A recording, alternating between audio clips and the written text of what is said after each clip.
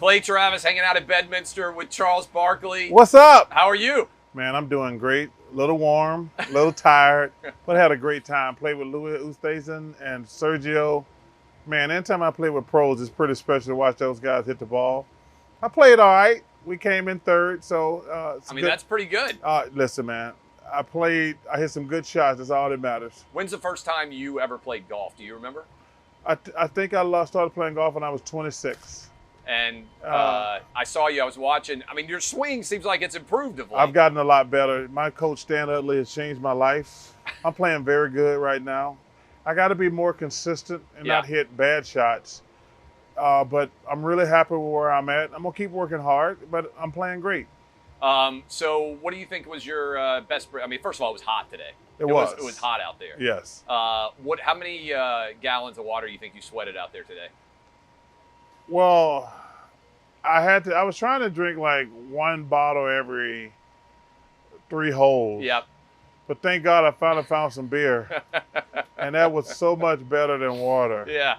I mean, no matter how cold water is, it's not near as good as a cold beer. Amen. Yes. Amen. By the way, speaking of cold beer, the last time we hung out, I think it's been a long time. It has been. Cam and Auburn was winning the national championship. If I remember correctly. Maybe could have been SEC true. Championship. You're hanging out with them fools down in Alabama, my boys, Lance, Donaway, and Brown. That's right. They're really good friends of mine. You know what's so funny? I actually broke the LIV story on their show. LT texted me. He said, hey, Barkley's going to be up there with you at the Bedminster place, and they're trying to recruit him.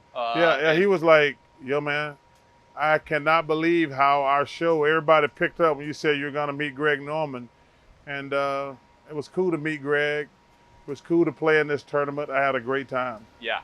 So if we go back in time when you're at Auburn, and we got another mutual friend, Bruce Pearl, who I absolutely love. Yeah. Would you have ever believed that you would be potentially talking about going to work with a golf tour?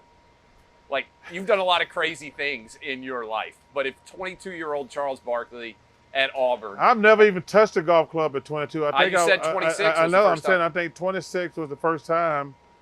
The first time I was in the locker room and Andrew Toney was hitting chipping. I said, is that golf? He's like, yeah. He said, you ever played? I said, no. You want to go play golf? And we went to a place called Cobb's Creek in Philadelphia. And I thought it was crazy that I couldn't hit something that was standing still. And I've been in love with the game ever since then. It's a wonderful game. I love it. I love the different course. This is one of the best, this Bedminster thing, one of the best golf courses I've ever played. Yeah. And I've been so blessed to play at some of the best. This is up there with some of the best I've ever played. Do you like playing basketball more or talking about basketball more now? Oh, ain't nothing like playing. Never. No comparison. Oh, not even close. Yeah. There's nothing like playing, especially when you're good at it.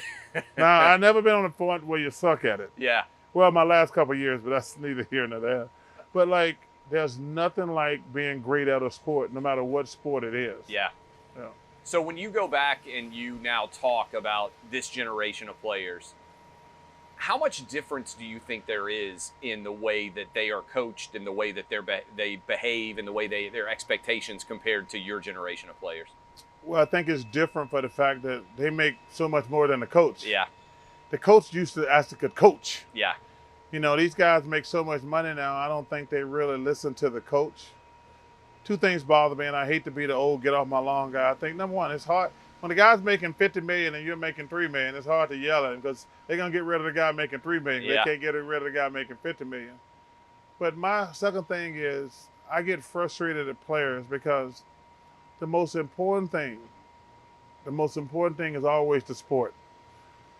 I don't care how much money you make and all the other stuff that goes with it, but your number one priority should be, I want to be great at my sport. And that's the only time I get frustrated at times when I'm like, this guy wants the money, he wants the fame, he wants all the other crap, but he doesn't want to be great at his craft. That's the only time I really get frustrated. You have managed to make connections with everybody across all walks of life throughout your career, right? And you seem like pretty much the same kind of guy that you would have been when you were at Auburn when you were 22 or 23. Some guys have success and they become different people. and that kind of makes them a lot different. That hasn't happened with you. Why do you think that is? Look, we play a stupid sport. Dude, I just dunked a stupid basketball. And no disrespect, I love all these guys because they in my fraternity if you play sports, but it's still some silly and stupid. Like, we're not doctors, we're not first responders, we're not somebody who in the service, we're not teachers, like really important job. And I'm not saying that to be like humble or whatever. Like, I admire people who are teachers, firemen, policemen, somebody who in the armed service. Like, that's like a real job. It's important and significant. We make millions of dollars to dribble a stupid basketball around. And if you don't keep that in perspective, like, yeah, I'm not really that important in the overall scheme, I think if you don't have that perspective, you're losing yourself. Like, yo, man, I was great at basketball, but it's still just basketball. Yeah. Yeah. So that's what I tell the guys all the time. You told me something, I don't even know if you remember, you may tell a lot of people it.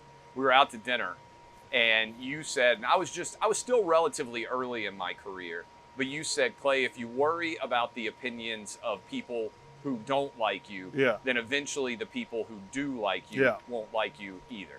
You know, I told you, being famous is like being the homecoming queen. All the ugly girls hate you. You know, for no reason other than you're the homecoming queen. You have to do your job. And you don't have to do clickbait. Like a lot of guys try to use clickbait. I think, because when I do my job, I'm talking to the public. I want them to say, whether they agree or disagree, I want them to say, that guy gonna tell the truth. That does not mean I'm right on it all the time, clearly. But I think it's important because when you're on television, radio, or whatever, man, people believe what you say. I mean, you can be full of crap all you want to, but people believe what you say. And like I say, whether you're right or wrong, I think it's really important to be honest and a straight shooter. I think that's one of the reasons I've been successful. And I'm always like, okay, let me tell the truth. I'm not trying to get people to call into my radio show. That's my job. Not trying to get people to go on the internet. Like, I try to always be fair and honest. And I think that's really important. You're not on social media. I am not. Have you ever been tempted at all? Never. Never. No, Clay, you have to understand something. In our business, it's always 50-50. No matter what you say, half the people are going to agree, and half the people are going to... It's like picking the winner in Alabama, Auburn. Yes. You're in trouble when you do it. Hey, maybe you're right. Hey, we're trying to do an interview up here. We're trying to do an interview. You know, that's why I said if you try to worry and please everybody, your head's going to be always on a swivel. That's why I say do the best of your ability. Try to be an honest and straightforward shooter. But if you sit here and like, oh, that person said something bad about me. Oh, that person said something bad about me. You're going to be just playing ping pong. And the reason I don't do any social media and will never do social media, I don't want those people to have access to me. Yeah. And I'm not, like I say, I prefer nah, I don't want to talk to you if you're going to be an ass or a jackass. When did you realize I'm pretty good at television? Because we know you're a great basketball player, but I would argue you're even better on television talking about sports than you were as a basketball player. Was there a moment, and the reason why I bring this up is, when you played, people would have said, man, Charles Barkley is an asshole. You didn't have the reputation as a player of being the kind of commentator that you would grow into. So I'm curious, when did you realize, hey, I might be good at this television thing, I might be good at this media thing, and were you conscious of not allowing that aspect of yourself to be seen while you were playing? How do you think that happened? Well, number one, that's a great question. I never look at if I'm great or not. I let other people tell me that. But what I try to do, I try to just say, okay, just tell the truth. People respect the truth. My mentor, Dick Ebersol, said something to me one time. It was interesting. He says, he's the first person to mention television to me. He says, what are you going to do when you retire? I said, I don't know, Mr. Ebersol, blah, blah. He says, you should do it on the television. He said, you're going to be great on television. I said, well, how you know that? He says, because you always tell the truth. He said, but it's a double-edged sword. He says, you're always gonna, he said, people gonna love you and they gonna hate you, which is what you're really looking for when you're hiring the announcers. Yeah. He like, I said, what does that mean? He says, well, people say they want the truth, but they really don't want the truth. They want their truth. Because people say, I want you to be honest with me. They only want that if they agree with you. So I had to learn, like, because everybody wants to be liked. Anybody tell you, I love when I hear guys say, well, I don't read the newspaper, watch television. First of all, you're full of shit. You do read the newspaper and you watch television. What else you do, okay? Yeah. I love when I hear jocks say that. Of course you do. But then everybody said, well, I don't care what other people think. First of all, everybody cares what other people think. But you have to always say, I'm going to do my best. You know, it's interesting. Okay, let me give you an example. You see all the stuff going on with Kyler Murray. Yep. They put a clause where he has to study the playbook and 4 hours a week. 4 hours a week, and all the people are complaining it makes him look bad and blah, blah, blah. And how could he sign that contract? Well, first of all, they gave him $200 million. He can sign the contract. But I learned this from Dr. J one time when I first became a star. I was really upset about an article. And he came to me, I said, Doc, I need to talk to you about this, blah, blah, blah. He says, okay, let's take a step back. Is the article true? I said, what? He says, if you're going to be successful, like, that's why I don't do social media. Those people are just idiots and jackasses. But sometimes criticisms are fair. And he said to me, Charles, before you ever get mad if some reporter writes about you, the first question would be like, is that true? So the point I was making about Kyler Murray, you know, everybody's like, yo, man, look in the mirror and say, they're paying me $200 million to study. Do I not study enough? Like, clearly you don't. Clearly you don't, or they wouldn't have put that in, because it's never been put in any contract in the history of civilization before. Right. But when somebody criticizes you, the first question you ask yourself before you realize if it's bogus or BS, is that criticism fair? And that's a really big deal.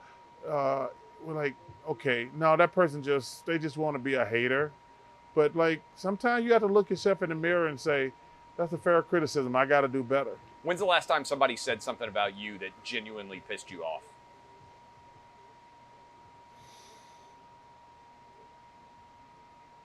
That's a great question too. I don't remember. Well, I think some of this LIV stuff is really pissed me off, to be honest with you, because people are saying, you know, they're using words like sports washing, yeah, blood money, and that really pisses me off. First of all, these guys have the right to make money any way they want to, but I said, and I understand the 9/11 people. They probably have a legitimate gripe because it's something that happened that's personal to them. But reading some of these other articles, I said, well, wait a minute. You guys don't even give a shit about shit that's happening in the United States. And all of a sudden, y'all wasn't worried about what's happening in Saudi Arabia. And I says, I don't like selective outrage. Yep. As you grab your iPhone that's made in China, you know, I says, man, you guys are killing me. I'm not gonna let you guys badmouth these guys because, like I say, you know, I played in the NBA for 16 years. I've been on TV for 21 years. So we've been working with China for almost 40 years. Secondly, I'm a Nike guy. Yep. And so this notion that I'm gonna have this moral high ground and like, well, I'm not taking money from anybody. I'm like, well, you have selective, you know, thing. You're selective in what you're mad about. So that's probably the only time I really got mad recently. How tough is it to have long-term friends who get upset about what you say on television? So, like, you were good friends with Michael Jordan. Yes. And there are reports that he's been upset about what you say on television. And what I mean by that is not necessarily... Well, that was very heartbreaking for me because Michael was my best friend and he got offended by something I said.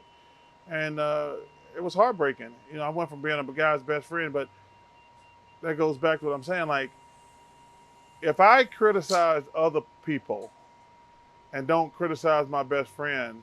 And see, that's the reason I hate a lot of reporters. Yeah. Because you can tell guys they like Yeah. and guys Oh, yeah. they dislike. Yeah. That's not the way you should do your job. Like, there's NBA players I don't like, but I'm never going to take that on TV. Right. That's because that's unprofessional, because there's somebody in Montana, Maine, South Dakota. They're like, well, Charles Barkley said this dude's. I'm like, no, dude, that's not the way you do your business. So I get frustrated when I hear guys like, yo, man, I know you like this dude, but you got to do your job. So it was heartbreaking to lose Michael as a friend, but what I said was true, and it was unfortunate that he reacted like that. Did you think he would? Because, I mean, the reason why I ask you this is interesting. When I started writing, Charles, Yeah. I had writers, and they say, I want to write something, but I don't want my mom or my dad to know that I'm writing this. Yeah. And my theory is, in order to be really good at media, Yeah. you have to be fearless. You have to play downhill and say Yes. exactly what you think. Yes. And sometimes people are going to get upset about that. Friends of yours going to get upset. Like I got kicked out of a Little League baseball game because an umpire made a bad call. Yeah. And then I talked about it. My wife wasn't happy that I talked Yeah. about it. I said, hey, for better or worse, I honestly say exactly what I think every day. And so I'm curious, when you said that, not even necessarily about Jordan, but in the back of your mind, are you thinking about, I'm worried about what they're going to think? Or are you so committed to the honesty of what you're doing that you're not even playing it out other than to be honest? Well, you don't. That's the one thing about our business. You don't get to play it out. Yeah. Like, you're live. Yeah, I get it. You're live. I do 3 hours every Yeah, day. and You're like- live. Yeah. When somebody asks you a question, you're like, well, hold on, let me see what this person gonna think about this. Like, you have to answer the question Yeah. in the moment. So, no, but I feel good though. Just being like, yo, man, just be honest and be fair. That's all you can do. What do you wish you'd gotten asked? I just asked Greg Norman this question. You do media all the time. Yeah. Is there anything that you're like, man, I've been wanting to talk about this and nobody's ever asked me a question? I used to, when I was a lawyer, I would close out depositions by saying, hey, man, what was I not smart enough to ask you? What do you wish that you had been able to say that you haven't been able to say? You may be the number one person out there who can say, I get to say everything I want every day, and there's I'm nothing not out there. afraid of anything, but the one thing that bothers me about, we live in the greatest country in the world, and the way our educational system is set up, where there's people who are poor and brilliant, can't afford to go to certain colleges. Yeah. Like, I would love to talk more about that. I mean, when you're charging $60,000, $70,000, you're probably eliminating 60% of kids in the world who, like, their parents got zero chance of coming up with that type of money, and they're not going to get a loan. So the education thing is a really big deal to me. And I wish I could find a way to do more in that capacity. You've had an incredible life, and I've seen you talk about this before. If you were 5'10" instead of 6'5", growing up in Bessemer, Alabama, Yeah. what would you be doing? I'll be saying, hey, welcome to McDonald's. Can I help you, please? I'll be saying, hey, welcome to Costco. All the toilet paper's over here, the paper towels over here. But that wouldn't, and I want to build on this, because it wouldn't change your communication skills, which would still be excellent even if you hadn't been an NBA player. So being an NBA player gave you the opportunity for people to see your communication skills. You got to meet Dick Ebersol. Yeah. He said, hey, you'd be good at television. And to build on your analogy, I don't know if you ever read the book The Blind Side or watched the movie with Michael Yeah, Moore. of course I did. Yeah. There's that amazing scene where he walks into that bedroom and she says, this is for you. And he says, I've never had one of these Yeah. before. And she says, your own bedroom? And he says, no, a bed. Yeah. And to your point, there are so many people out there in America with incredible talents. Yes. That will never know that they have that talent. You Just have got to get a break. You have an incredible talent. Just got to get a television. break. That's right. Yeah. So how do you find those talents and find ways to develop them to the best of everybody's ability? It's something that I spend a lot of time thinking about too. Well, I just think you try to. There's a great analogy I use all the time. I had to use it last night at dinner. There's this, I don't even know how to explain it. There's a little girl on the beach, and all these starfish are washed up on the beach. And it's like, thousands of them. And I actually think this is a really good formula to live your life by. And she's throwing these things back. And this, as far as you can see, there's these starfish. And she's throwing them back, throwing them back. And this guy and this kid, other kid says, you can't help all of them. He says, but I can help that one. I can help that one. So that's really important and significant. First of all, you're going to go crazy thinking you can help everybody. That's just not going to happen. You only help the ones you can help. That's all you can do. Like, just don't do nothing. Do something. You used to say you wanted to run for governor of Alabama one day. Yeah, and I found out how much the governor made. The governor made the equivalent of 5 blackjack hands for me. I've been broke after one night in a casino, so I was like, yeah, this ain't gonna work for me. That's awesome. Charles, I know you're a busy guy. This has been fantastic. It's great to see you again. I appreciate you spending the time. Keep doing your thing. I appreciate it.